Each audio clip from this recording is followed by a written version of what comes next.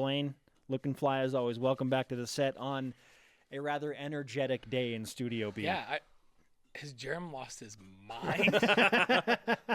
You just noticed? Like I was sitting there just nodding my head. Yep, he's right on this. And then he pulled out the Utah thing, and I don't care if we lose to Utah forever.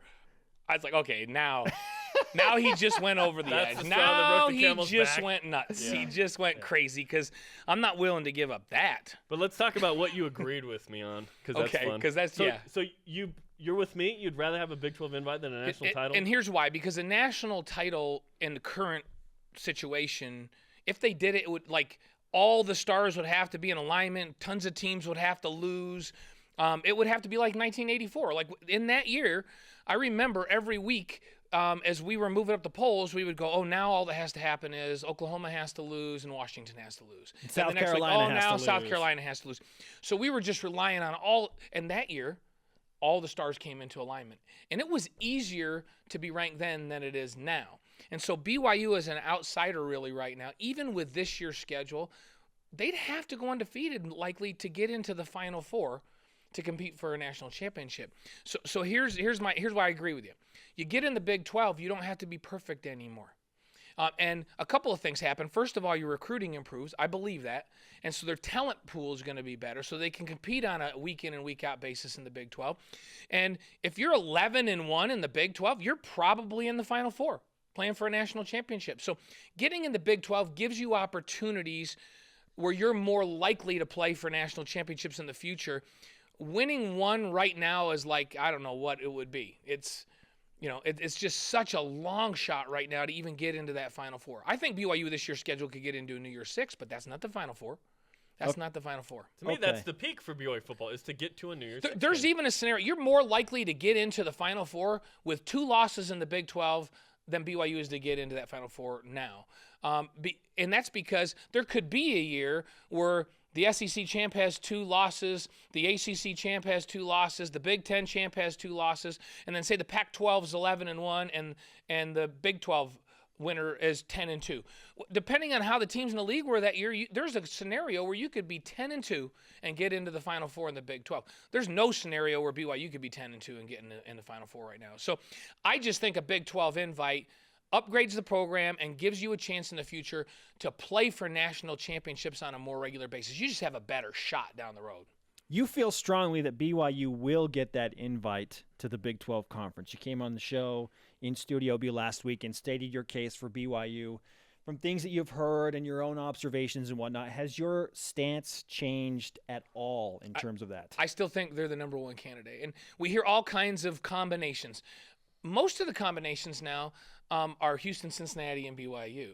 And it's interesting. You guys already alluded to some of the things that were going on earlier where Houston maybe not be as obvious as people think, because you got the Texas schools that have all jumped on board, but the non-Texas schools are going, we're not sure we want them in. And Houston was really good last year, and they have had a history in the Southwest Conference. And they've upgraded academically, so they have some good selling points. But the bottom line is that they don't have the history that BYU is. They don't have the fan base that BYU has. They, especially not the national following. And I think a lot of people are going, well, they were good last year. Can they be consistently good? BYU's proven they can be consistently good. And then BYU's overall sports program fits in very, very well. So all of the criteria that the Big 12 started with is still there. And BYU still is the obvious choice. So I think there's a lot of jockeying going on. There's a lot of maneuvering. There's a lot of, back deals trying to be made. In the end, I think that BYU, it's going to look silly for the Big 12 not to have them be one of the 2 or one of the 4 when it's all said and done. So I think it's still going to happen. It feels like it's leaning towards 2 more than 4. Do you get that vibe as well? Yeah, I think when the networks spoke up and made it public that, hey, wait a minute, nobody talked to us. Now, you know that the Big 12 powers that be are working with Fox and with ESPN to make sure that this is a deal that everybody, that's palatable for everybody, including their network partners. They don't want to alienate and just do a money grab. That's not going to do them any good. And so I think there's been conversations going on, and I think there's conversations back and forth about, okay, are you okay with 12? Is 12 okay with you, Fox and ESPN? And I think ESPN and Fox are probably going, yeah, 12 seems okay. We're not so sure about 14. Who are the teams if it's going to be 14? Let's have a discussion with you about that. Do we reduce the amount that we pay for 13 and 14 because we're not so sure about those 13 and 14 teams? I think those are the kinds of conversations that have been going on, and that's maybe why it's taken a little bit longer than we thought, because I think they're more involved with those conversations now. But in the end, I think BYU's going to be there. Whether it's 12 or 14, I think they're going to be there. I just see a scenario where the Big 12 can say, let's expand by 2 now and leave ourselves an option in the next year or 2, or maybe they wait until 2024 or 2025 to try and get a couple of other Power 5 teams when a college football shift, and I think there will be one, happens. Yeah, and there's a lot going on behind the scenes now with the league and the television partners to go, hey, so when we do this, if we negotiate with you, can we extend the contract more years? What about the grant of rights? Can we get Texas and Oklahoma locked down for the long term? There's so much going on behind the scenes in addition to who are the teams that's just taking a little longer than we all thought. But in the end, everybody knows what the criteria is. And how can you make a case for anybody else outside of BYU other than geographic concerns? That's just not a concern in today's day and age with the travel, modes of transportation that we have. I don't think that's footprint. Yeah, and so that's the only thing you can throw out there, and I just don't think that that's that big a priority. Good thing we're not just going on trains. We have planes and stuff, which Yes. make it a little Yeah. easier. In the old days when Army had to get on Yeah. a train and with their 2 Heisman Trophy winners in the same backfield and ride the train out to Notre Dame, yeah, it was a big deal then. But when you're getting on a charter flight to fly back, who cares? I don't care if you're flying once you get on a plane, the worst part of the travel is getting on the buses at the field house and making your way to the Provo airport. That's the worst part. And then once you get on your private plane and fly, do you really care if you're flying to Texas or flying to West Virginia? I don't think it really makes that much difference. It doesn't. They're coming once out to Utah for a football game. And wouldn't it be yeah. nice for the Big 12 to have another time zone that's west so that they can schedule BYU home games a little bit later and play double headers? I would think that ESPN and Fox would like that. Now we're talking. Yesterday we talked about when, if you were Kalani Sitake, you would name a starting quarterback. What do you think of that? It's unique. I've never seen a quarterback competition handled as well as this one. Really, never. And we've seen a number of them. I remember when Jim and Mark were here, when McMahon and Wilson were here, and they both, Jim played as a sophomore and Mark was going to be a senior, and they ended up redshirting Jim, and Jim wasn't thrilled. He told everybody he wasn't thrilled. Created a little controversy. Guys took sides a little bit, and it turned out great. Mark ends up being a first-round draft pick, and then Jim comes back and breaks about 70 NCAA records, and he, so that worked okay. And I don't know that we've had the kind of talent on the same team since then until now with these two. And it is a testament to how good Tanner and Taysom have been about handling this and how good this coaching staff has handled it. You worry about they've got to name them when there's confusion and there's division in the team. This team doesn't. They trust both of these guys completely.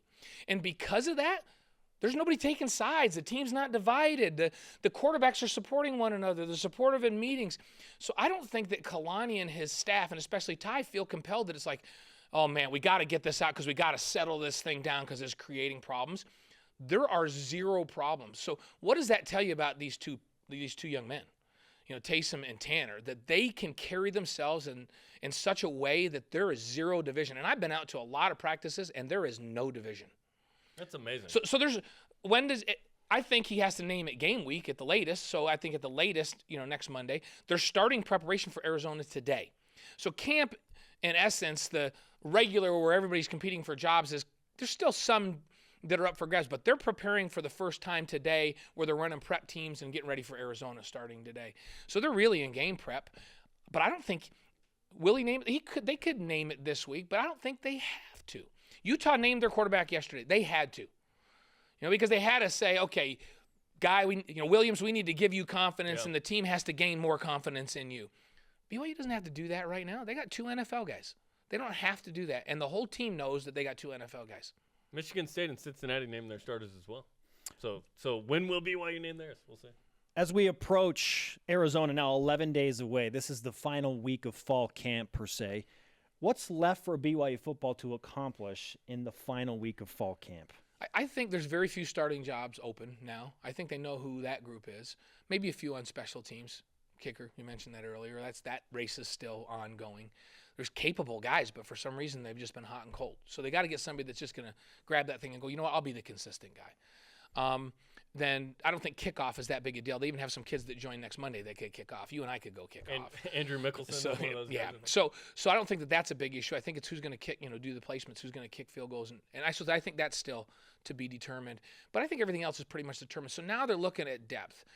Who are the twos? Who are the threes? They're looking at that. But more importantly, they turned the page today where they're going, okay, now we're actually going to set Arizona's defense out there and run specific plays against that. Now we're going to put Arizona's spread running offense out there. And they haven't done that to this point. I talked to Ty last week, and he goes, you know what? Anybody out here watching is going to think that we're running some plays that don't work. And he goes, we got to get some work on certain things. And I'm running plays in practice that I know do not work against our defense, but we got to get reps. So I'm running them anyhow. And they look like they're disaster. I get in film and I go, guys, I know it's not a good play for this defense, but this is what Arizona's going to run, so we need to work on it. So now the offense all of a sudden is going to look better against the prep team because now they can game plan for a team and not just be running against their own defense and saying, well, this doesn't work that good, but we got to run it because we got to get a rep. So that's the change right now. Awesome. Blaine, great stuff. Oh my goodness, wow. this has been a remarkable run through the summer, and now we're 11 days away. I am so excited about it. This is going to be a great season. This is really fun. When you get around this team, they have this. I don't know. It's hard to put your finger on what it is. This optimism and trust in this staff and excitement about what's going on. So let's get it going. I'm excited to see how it translates on the field. It's an excellent mix of Bronco Mendenhall's discipline and the new vibe of this coaching Yeah, it's staff. exactly it's right. Great. Bronco established a great core of work ethic and discipline and all that. And now I think and Bronco knew that he had been saying for the last couple years, I don't know, maybe it's time for a change. And now he's instilled energy at Virginia, and Kalani's instilled energy here. So now let's see both those programs go out and have a great start. It's good for all parties involved. Blaine, thanks for the time, man. You bet, guys.